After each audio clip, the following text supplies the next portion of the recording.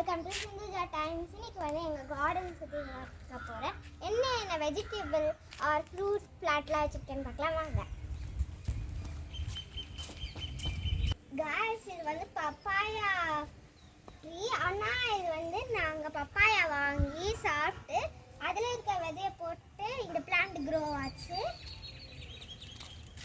Next இது சப்போட்டாவில் இப்போ தான் நிறைய காய் காய்ச்சிருக்கு. இன்னும் கொஞ்சம் நேரத்தில் ஃப்ரூட்டாக மாறிடும்.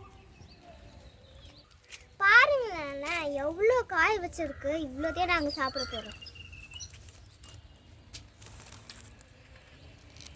காய்ஸ் இப்போ உங்களுக்கு ஒன்று காட்ட போகிறேன். இதுதான் மாங்காய் மரம். இந்த மேங்கோ ட்ரீ என் ஹைட்டுக்கு சின்னதாக தான் இருக்கும். அது வரும்போது ரெட் கலரில் இருக்கும். இப்போ அதில் பார்த்தீங்களா ஒரே ஒரு மாங்காய் வருது. இன்னும் கொஞ்சம் நேரத்தில் பெரிய மாங்காவும் வரப்போகுது. இது ஆனால் ஹைட் இருக்கு ஈக்குவலாக கரெக்டாக பாருங்கள். இது வந்து மல்லிகைப்பூ செடி லேயரிங்க்கு இது நல்லா இந்த செடி யூஸ் ஆகும். எங்கள் ஸ்கூலில் மல்லிகைப்பூ வச்சு லேயரிங் சரி சொன்னாங்க. கைஸ், இப்போ இந்த செடி ரொம்ப 2 இயர்ஸாக ரொம்ப நாளாகவே இந்த இடத்துல இவ்வளோண்டாதான் காய்ஸ் இருக்கு. எனக்கு தெரிஞ்சு இது வளர்கிற மாதிரியே இல்லை.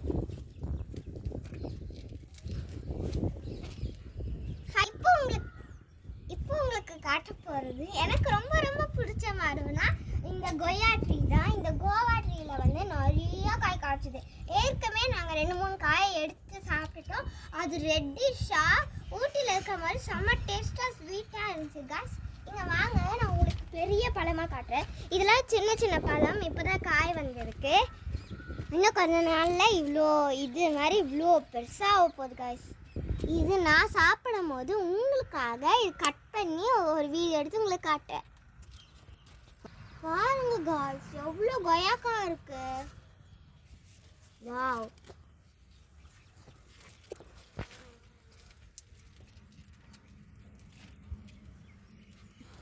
இப்போ உங்களுக்கு காட்ட போகிற பிளான்ட் டேபிள் லெமன் வந்து 2 இயர்ஸ் தான் ஆகுது. ஆனால் அடிக்கடி நம்மளுக்கு காய் கொடுக்கும். அது ரொம்ப சார் டேஸ்டில் இருக்கும்.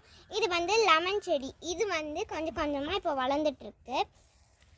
நெக்ஸ்ட் இதுதான் வெத்தலை. பூஜைக்காக நம்ம யூஸ் பண்ணுவோம்.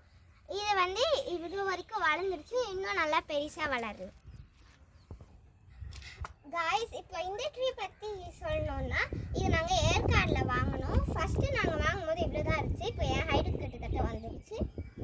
அடுத்து இது வந்து ஈஸியாக வந்துடும். ஆனால் இது கிளைமேட் எல்லா செடிக்கும் கரெக்டாக இருக்கணும்னுக்காக நாங்கள் கிளைமேட் பார்த்து இதை வாங்கிட்டு வந்தோம். இது வந்து சைடில் எங்களுக்கு அழகாக இருக்கணும்னுக்காக வச்சது.